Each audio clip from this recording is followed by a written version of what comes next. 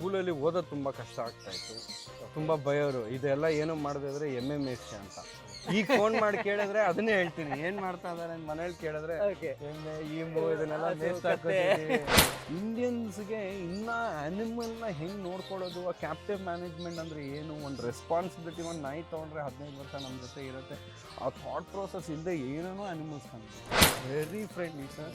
ನೀವು ಇಲ್ಲೇನೆ ಇಷ್ಟು ಫ್ರೆಂಡ್ಲಿ ಈ ಮೂವ್ ನೋಡೋಕ್ಕಾಗೋದು.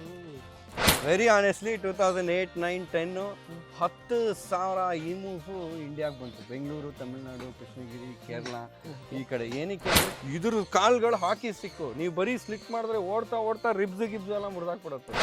ಇದು ಒಂದೇ ಬರ್ಡಲ್ಲಿ ಒಂದೇ ಸ್ಟೆಮ್ಮಲ್ಲಿ 2 ಪುಕ್ಕ ಬರುತ್ತೆ ನೋಡಿ. ಅಲ್ವಾ ನೋಡಿ, ಒಂದೇ ಸ್ಟೆಮ್ಮಲ್ಲಿ 2 ಪುಕ್ಕ. ನಮ್ಮ ಹಳ್ಳಿಯವ್ರು ನನ್ಗೆ ಹೆಂಗ್ ಬೈತಾರ ಗೊತ್ತಾ, ನಂದು ಇದೆ ಮೇಕೆಗಳು ಒಂದು 20 ಮೇಕೆ, ಬನ್ನಿ ತೋರಿಸ್ತೀನಿ. ಎಲ್ಲದಕ್ಕೂ ನ್ಯೂಟರ್ ಮಾಡಿದೀವಿ. ಹಸು ಇದೆ, ಹಾಲು ಕರಿಯಲ್ಲ, ಆಯ್ತಾ? ನಾವು ಹಾಲು ಪರ್ಚೇಸ್ ಮಾಡ್ತೀವಿ. ಡೈಲಿ ಮಾಧ್ಯಮ ಫಾಲೋ ಮಾಡಿ, ಮತ್ತೆ ಮತ್ತೆ ವಿಸಿಟ್ ಮಾಡ್ತೀರಿ.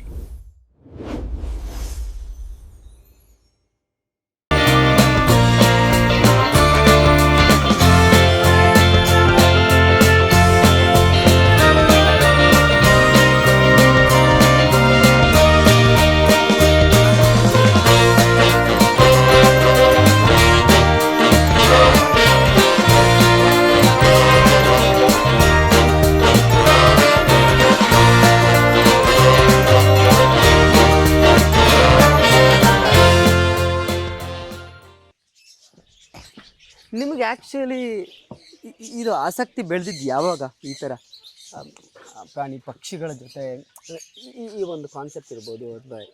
ಸರ್, ವೆರಿ ಆನೆಸ್ಟ್ಲಿ ನನಗೆ ಈ ಥರ ಕಾನ್ಸೆಪ್ಟ್ ಬರುತ್ತೆ, ಇಷ್ಟೆಲ್ಲ ಮಾಡ್ತೀನಿ ಅಂತ ನಮ್ಗೆ ಐಡಿಯಾನೇ ಇರಲಿಲ್ಲ.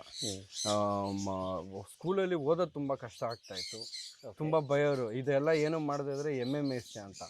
ಈಗ ಫೋನ್ ಮಾಡಿ ಕೇಳಿದ್ರೆ ಅದನ್ನೇ ಹೇಳ್ತೀನಿ, ಏನ್ ಮಾಡ್ತಾ ಇದಾರೆ ಮನೇಲಿ ಕೇಳಿದ್ರೆ ಎಮ್ಮೆ ಈಮು ಇದನ್ನೆಲ್ಲ ಮೇಸ್ಟ್ ಹಾಕೋತೀವಿ ಅಂತಾನೆ ಹೇಳ್ತೀವಿ. ಸೊ ನಮ್ಗೆ ಟು ಬಿ ವೆರಿ ಆನೆಸ್ಟ್ ಆವಾಗ ಐಡಿಯಾ ಇರಲಿಲ್ಲ, ಬಟ್ ಅನಿಮಲ್ಸ್ ಲವ್ ಇತ್ತು.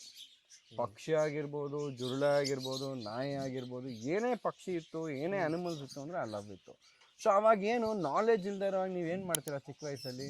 ಫೈನಲಿ ಹಸು ಕರಿಯೋದು, ಡಾಗ್ ಬ್ರೀಡಿಂಗ್ ಅಂತೆ, ಮೀನು ಮಾರ್ಬಿಟ್ಟು ಅಕ್ವೇರಿಯಂ ಇಟ್ಬಿಟ್ಟು ಎಲ್ಲ ನಾನ್ ಸೆನ್ಸ್. ಅದನ್ನೆಲ್ಲ ಮಾಡಿದೀವಿ.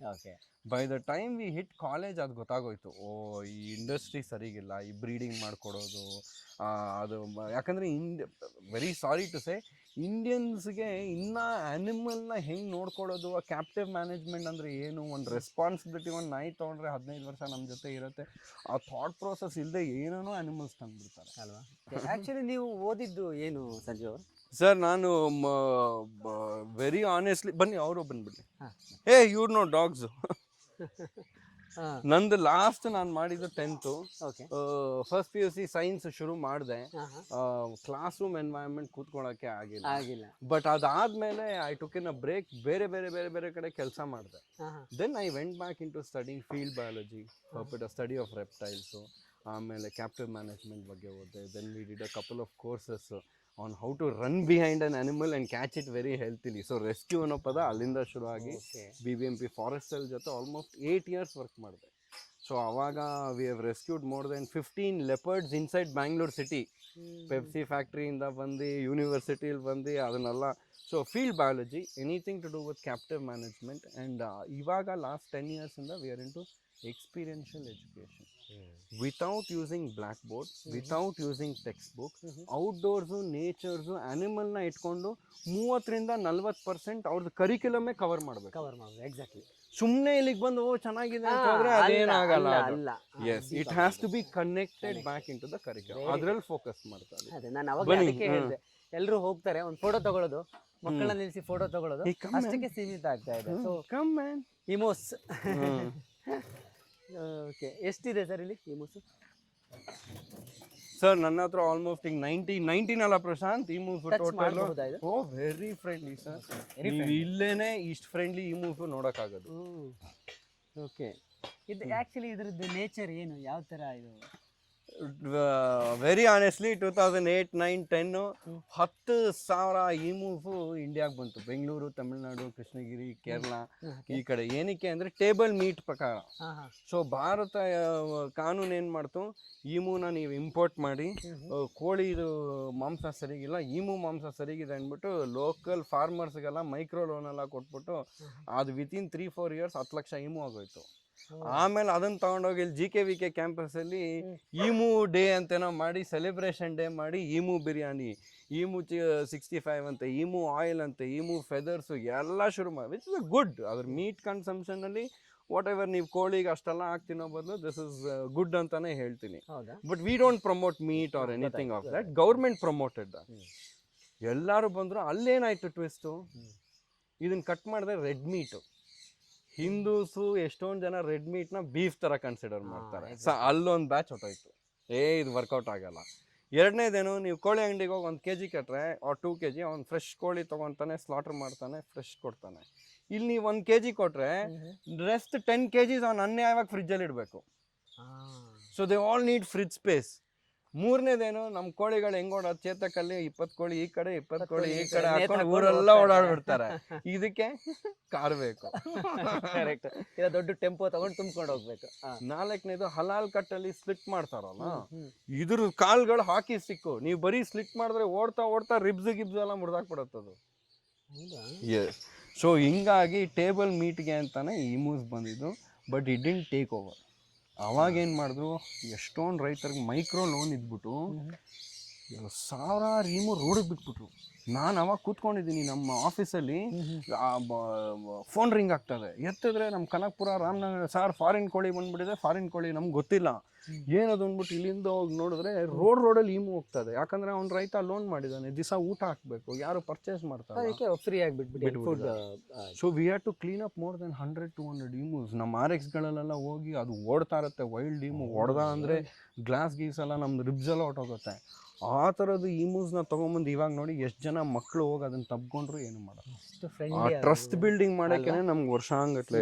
ನಾನು ನಿಮ್ಮನ್ನ ಕೇಳಿದೆ ಮುಟ್ಬೋದಾ, ಮಾಡ್ಬೋದಾ ಅಂತ. ಯಾಕಂದ್ರೆ ಅದ್ರ ನೇಚರ್ ಫಸ್ಟ್ ಹಂಗೆ ಇರುತ್ತಲ್ಲ. ಆಕ್ಚುಲಿ ಏನ್ ತಿನ್ನತ್ತೆ ಸರ್ ಇದು, ಫುಡ್ ಏನಿದಕ್ಕೆ? ಇದ್ರಲ್ಲಿ ಇನ್ನೊಂದು, ಎಲ್ಲರೂ ಬರ್ತಾರೆ ಇಲ್ಲಿ, ಈಮೂದು ಒಂಚೂರು ವಾಸನೆ ಬರ್ತದೆ ಸರ್, ನಿಮ್ದ್ರಲ್ಲಿ ಎಲ್ಲೂ ವಾಸನೆ ಇಲ್ಲ, ಈಮು ಮಾತ್ರ ಏನಕ್ಕೆ ಸರ್ ಇಷ್ಟು ವಾಸನೆ? ಕ್ಲಿಯರ್ ಆಗಿ ಹೇಳ್ತೀನಿ, emu are high protein diet. Seeds ತುಂಬ ಸಿಗುತ್ತೆ ತಿನ್ನತ್ತೆ. ಸೊ ಎನಿ ಸೀಡ್ ಓರಿಯೆಂಟೆಡ್, ಇವಾಗ ನಾವು ಅಷ್ಟೇ ಜಿಮ್ಮು ಗಿಮ್ಮು ಅನ್ಕೊಂಡು ತುಂಬಾ ಪ್ರೋಟೀನ್ ತಿಂದಾಗ ನಮಗೂ ವಾಸನೆ ಹೆಂಗ್ ಬಾಡಿ ವಾಸನೆನೇ ಬಂದ್ಬಿಡುತ್ತೆ. So these are natural protein eaters ಒಂದು ಅದಕ್ಕೆ. ಆ್ಯಂಡ್ ಇನ್ನೊಂದೇನು ಅಂದರೆ ಇದರಲ್ಲಿ ವೆರಿ ಇಂಟ್ರೆಸ್ಟಿಂಗ್, ಇಲ್ಲೇ ತೋರಿಸ್ತೀನಿ ನೋಡಿ. ಇದು ಒಂದೇ ಬರ್ಡಲ್ಲಿ ಒಂದೇ ಸ್ಟೆಮ್ಮಲ್ಲಿ 2 ಪುಕ್ಕ ಬರುತ್ತೆ ನೋಡಿ. ಅಲ್ವಾ ನೋಡಿ, ಒಂದೇ ಸ್ಟೆಮ್ಮಲ್ಲಿ 2 ಪುಕ್ಕ. ಇಲ್ಲಿ ನಿಮ್ಗೆ ಸ್ಪ್ಲಿಟ್ ಕಾಣುತ್ತೆ, ಇಲ್ಲಿ ಸ್ಟೆಮ್ ಕಾಣುತ್ತೆ ನೋಡಿ. ಇಲ್ಲಿ ಸ್ಟೆಮ್ ಮಾತ್ರ ಒಂದೇ ಇದೆ. ಹೌದು ಹೌದು. So that is another very interesting factor about emu. ಕಲ್ ತಿನ್ನತ್ತ ಅಂತ ಕೇಳಿದ್ರಿ, ಎಸ್, ವೆರಿ ಇಂಪಾರ್ಟೆಂಟ್. ಕೋಳಿ, ಪಾರಿವಾಳ, ಈಮು, ಆಸ್ಟ್ರಿಚು, ಇದು ನಾನು ಹಂಗನ್ಬಿಟ್ಟು ನಾವು ಜಲ್ಲಿಕಲ್ಲು ಆ ಥರದೆಲ್ಲ ಕೊಡೋಕ್ಕಾಗಲ್ಲ. ಗ್ರಿಡ್ ಅಂತ ಇದಕ್ಕೆ ಸ್ಪೆಸಿಫಿಕ್ ಇರುತ್ತೆ.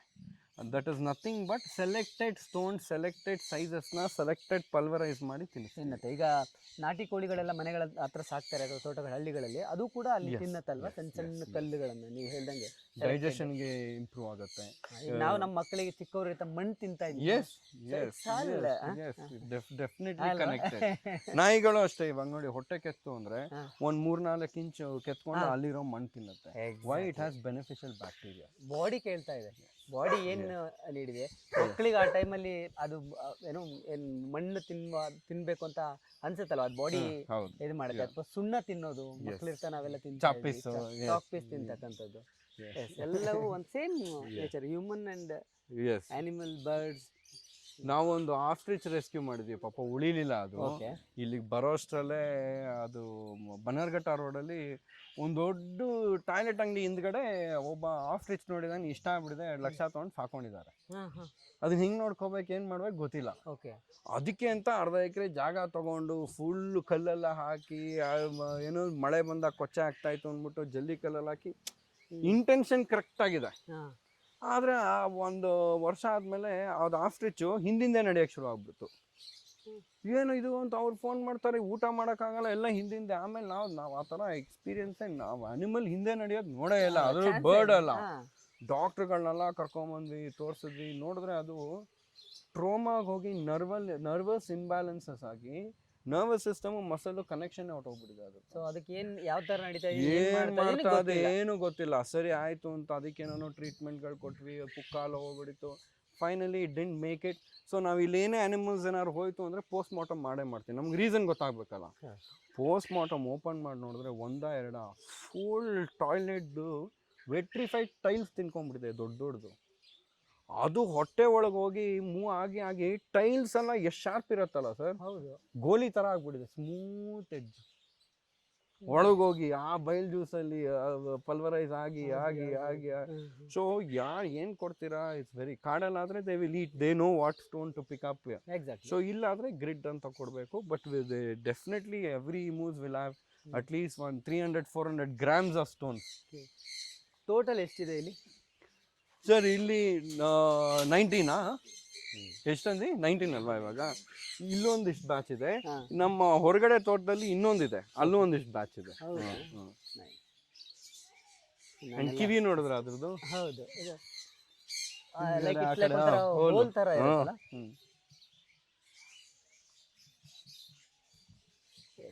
ಈಗ ಇದನ್ನೆಲ್ಲ ಮಾಡೋ ಮೊದಲು ಎಲ್ಲಾದ್ರೂ ಹೋಗಿ ಇದ್ರ ಬಗ್ಗೆ ಮಾಡಿ ಯಾವ ತರ ಏನು ಅದ್ರ ಬಗ್ಗೆ ಒಂದು 4-5 ಜಾಗಗಳ ವರ್ಕ್ ಮಾಡಿದೆ.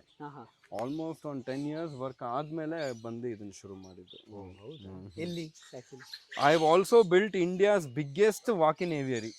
ಬಾಂಬೆ SL ವರ್ಲ್ಡ್ ಅಲ್ಲಿ ಕೆಲಸ ಮಾಡಿದೆ. ಆಮೇಲೆ ಆಗುಂಬೆ ಸಂಶೋಧನಾ ಕೇಂದ್ರದಲ್ಲಿ ಕೆಲಸ ಮಾಡಿದೆ, ಕಾಳಿಂಗ ಸರ್ಪ ಮೇಲೆ. ಫಸ್ಟ್ ಕಿಂಗ್ ಕೋಬ್ರಾ ಟ್ರ್ಯಾಕರ್ ಆಗಿದ್ದೆ, ಅಲ್ಲೊಂದು 2 years ಮಾಡಿದೆ. ಆಮೇಲೆ ಸ್ನೇಕ್ ಬೈಟ್ ಮಿಟಿಗೇಷನ್ ಅಲ್ಲಿ ಮಾಡಿದೆ. ಆಮೇಲೆ BBMP ಟಾಸ್ಕ್ ಫೋರ್ಸ್ ಟೀಮಲ್ಲಿದ್ದೆ, ಅರ್ಬನ್ ಟಾಸ್ಕ್ ಫೋರ್ಸ್ ಟೀಮಲ್ಲಿ. ನೀವು 100ಗೆ ಫೋನ್ ಮಾಡಿ, ಜೆಫ್ ಡೈಲ್ಗೆ ಫೋನ್ ಮಾಡಿ, ಎಲ್ಲೇ ಏಟಾಗಿರೋ ಪ್ರಾಣಿ ಇತ್ತು ಅಂದರೆ ನಮ್ಮ ನಂಬರ್ ಸಿಗ್ತಾ ಇತ್ತು. ಒನ್ ಟೈಮ್ ನಾನು ಯಾವಾಗ ರನ್ ಮಾಡಿದ್ನೋ 5 years, ನಮ್ಮ tag line we are faster than Domino's ಅಂತ ವಿತಿನ್ 15 minutes ರೆಸ್ಕ್ಯೂ ಆಗೋಗಿತ್ತು. ಹಂಗಾದ್ರೆ ನಿಮ್ಮ ಇಲ್ಲಿ ಪ್ರಾಣಿ ಪಕ್ಷಿ ಸ್ಯಾಂಕ್ಚುರಿಯಲ್ಲಿ ಬಹುತೇಕ ರೆಸ್ಕ್ಯೂಡ್ ಅನಿಮಲ್ಸ್, ಬರ್ಡ್ಸ್ ಜಾಸ್ತಿ. Only rescued animals, only, no purchase, no selling, no eating. ಇದನ್ನೆಲ್ಲ ನಾನು ಆಕ್ಚುಲಿ ಈ ಜನನ್ ಕರ್ಕೊಂಬರೋದು, ಇವ್ರನ್ನ ಕರ್ಕೊಂಡು 2 hour ಎಜುಕೇಶನ್ ಮಾಡೋದು, ಅದೆಲ್ಲ ನಾನ್ಸೆನ್ಸ್, ಬೇಡವೇ ಬೇಡ ನನಗೆ.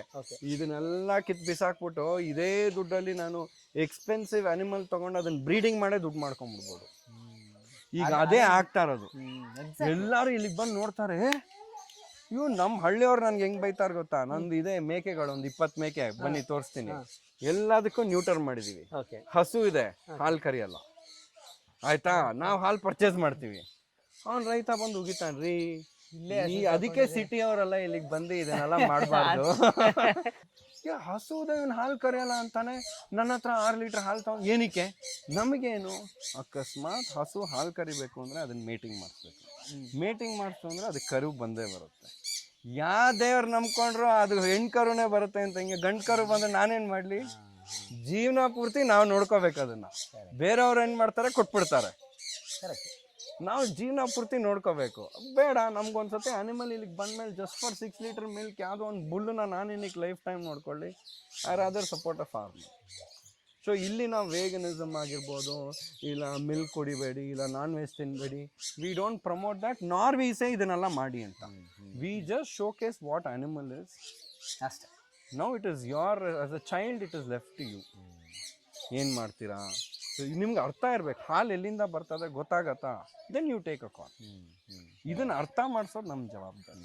ಸೊ ನಮ್ಮ ಮೇಕೆಗಳು, ಕುರಿಗಳು ಅಷ್ಟೇ, ಎಲ್ಲದಕ್ಕೂ ನ್ಯೂಟರ್ ಮಾಡ್ಬಿಟ್ಟಿದೀವಿ. ನ್ಯೂಟರ್ ಅಂದ್ರೆ ಅದು ರೀಪ್ರೊಡಕ್ಷನ್ ಮಾಡೋಕ್ಕಾಗಲ್ಲ. ರೈತರೆಲ್ಲ ಬರ್ತಾರೆ ರೀ, ಒಳ್ಳೆ ಮೇಕೆ, ಒಳ್ಳೆ ಕುರಿ ರೀ, ವರ್ಷಕ್ಕೆ 10 ಮರಿ ಆಯ್ತು ಅಂದ್ರೆ 10,000 ಅಂದ್ರು ನಿಮ್ಗೆ 1 ಲಕ್ಷ ಬಂದ್ಬಿಡುತ್ತೆ. ಇದಕ್ಕೆ ಹೋಗಿ ನೀವು ಮೀಟಿಂಗ್ ಮಾಡ್ಸಲ್ವಲ್ಲ, ತಲೆ ಕೆಟ್ಟಿದ್ಯಾ ಅಂತ. ನಿಜ.